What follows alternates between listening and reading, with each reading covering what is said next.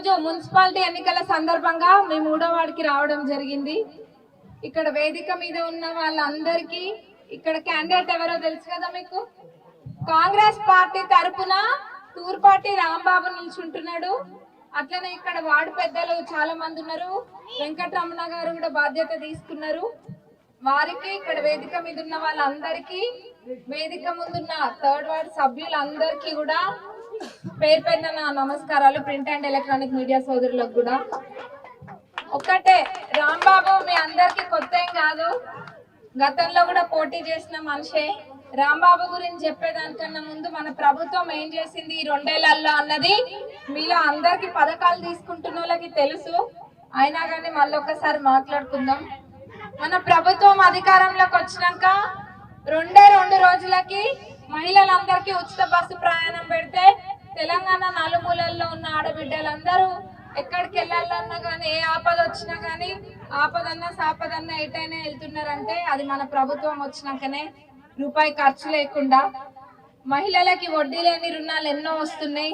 Group లో ఉన్న మహిళలకైతే ప్రమాద బీమా అని, ప్రమాదవశాత్తు చనిపోతే 10 లక్షలు వస్తున్నాయి. నార్మల్ గా చనిపోయినా కానీ 2 లక్షల లోబడి ఏదైనా రుణం ఉంటే వాళ్ళకి అది కూడా మాఫ్ చేయడం జరుగుతుంది. ఎందుకంటే మహిళను కోల్పోయి కుటుంబం ఆల్రెడీ బాధలో ఉంటది. అట్లాంటి కుటుంబంపై మళ్ళీ ఆర్థిక భారం మోపొద్దు అని చెప్పి ఇట్లా ఎన్నో ఉన్నాయి.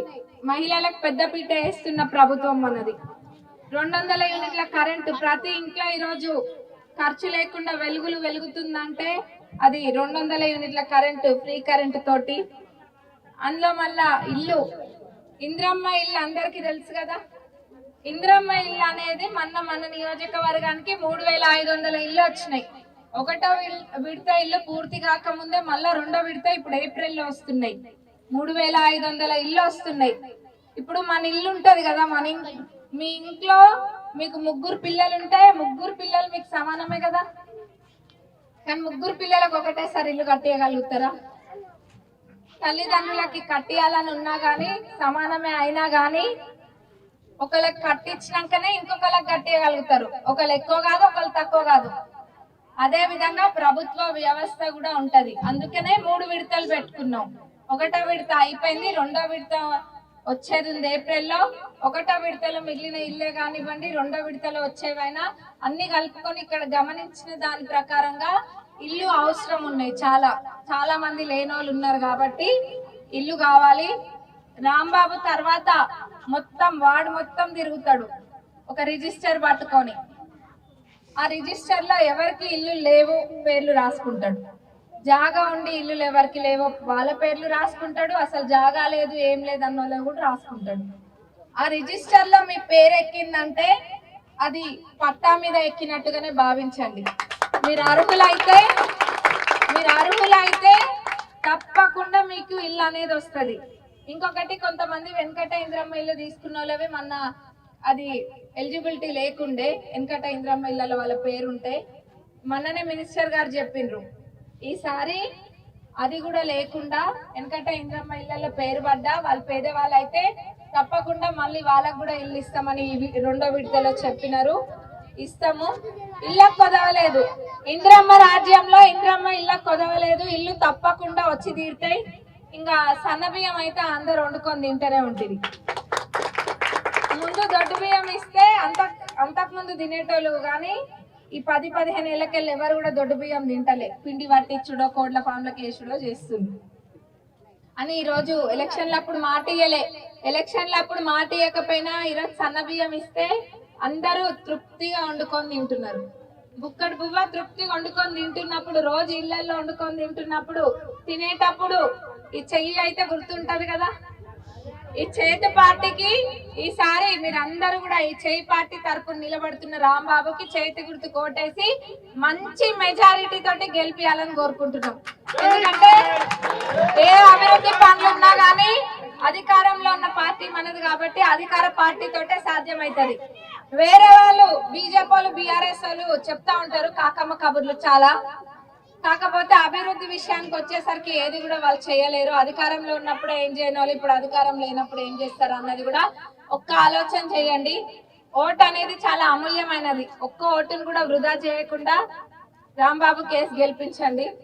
వేరే వాళ్ళకి వేసినా ఉపయోగం ఏం లేదు, ఒక దిష్టి బొమ్మను తెచ్చి పెట్టుకున్నట్టే ఉంటది. కానీ ఏ పనులు కావిడ, ఏ పని కానప్పుడు మరి వాళ్ళు గెలిచి ఏం చేస్తారు? కాబట్టి రాంబాబు మీ బిడ్డ లాంటోడు, తమ్ముడు లాంటోడు, అన్న లాంటోడు. పోయినసారి ఓడిపోయినా గానీ ఈరోజు తన దగ్గర ₹1 లేదు, అయినా కానీ నిల్చుంటుండు. అడిగినాము ఏ ధైర్యంతో నిల్చుంటున్నావు రాంబాబు అని అడిగినాం.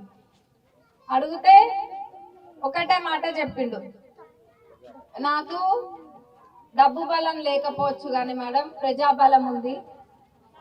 అందరూ కూడా మా వార్డులో ఉన్న వాళ్ళందరూ కూడా నన్ను ఆశీర్వదిస్తారు, నేను గెలిచి మీ ముందుకు వస్తా అని చెప్పిండు. ₹1 లేకపోయినా అంత ధైర్యం ఉందంటే అది మిమ్మల్ని చూసుకునే ఆ ధైర్యం. పోయినసారి ఓడిపోయిండు, మీ బిడ్డలా అంటాడు. అవకాశం ఇవ్వండి, అవతల వాళ్ళకి మీరు ముందు అవకాశాలు ఇచ్చిండ్రు, వాళ్ళు ఏం చేసిండ్రో చూసిండ్రు. కానీ అధికారంలో ఉన్న పార్టీ మనది, అందులో తన ధైర్యమే మీరు. వేరే వాళ్ళకి వేరే ధైర్యం ఉంది, కానీ రాంబాబుకి మటుకు మీరే ధైర్యం. ఆయన ధైర్యాన్ని సన్నగిల్లకుండా తప్పకుండా మంచి మెజారిటీ తోటి రాంబాబుని గెలిపియండి. ఇక్కడ అభివృద్ధి చేసి చూపించే బాధ్యత నాది, తప్పకుండా చేస్తా. ముఖ్యంగా ఇల్లు మటుకు రాంబాబు రిజిస్టర్లో రాసుకున్న ప్రతి అర్హులైన వాళ్ళ పేరు పార్టీలకు అతీతంగా చెప్తున్నా. మీరందరూ కాంగ్రెస్ పార్టీ కోటేసి గెలిపండి, తప్పకుండా ఇల్లు పెట్టించే బాధ్యత నాది. చేతి గుర్తుకే, చేతి గుర్తుకే. ఇంకొకటి పెన్షన్లు వచ్చేది ఉంది, 3 నెలలకు వస్తాయి. అర్హులైన వాళ్ళందరికీ 3 నెలల్లో రాబోతున్నాయి, తప్పకుండా అవి కూడా పెట్టిస్తాం. చేతి గుర్తు కోటేసి గెలిపించండి. జై కాంగ్రెస్, జై కాంగ్రెస్, జై కాంగ్రెస్.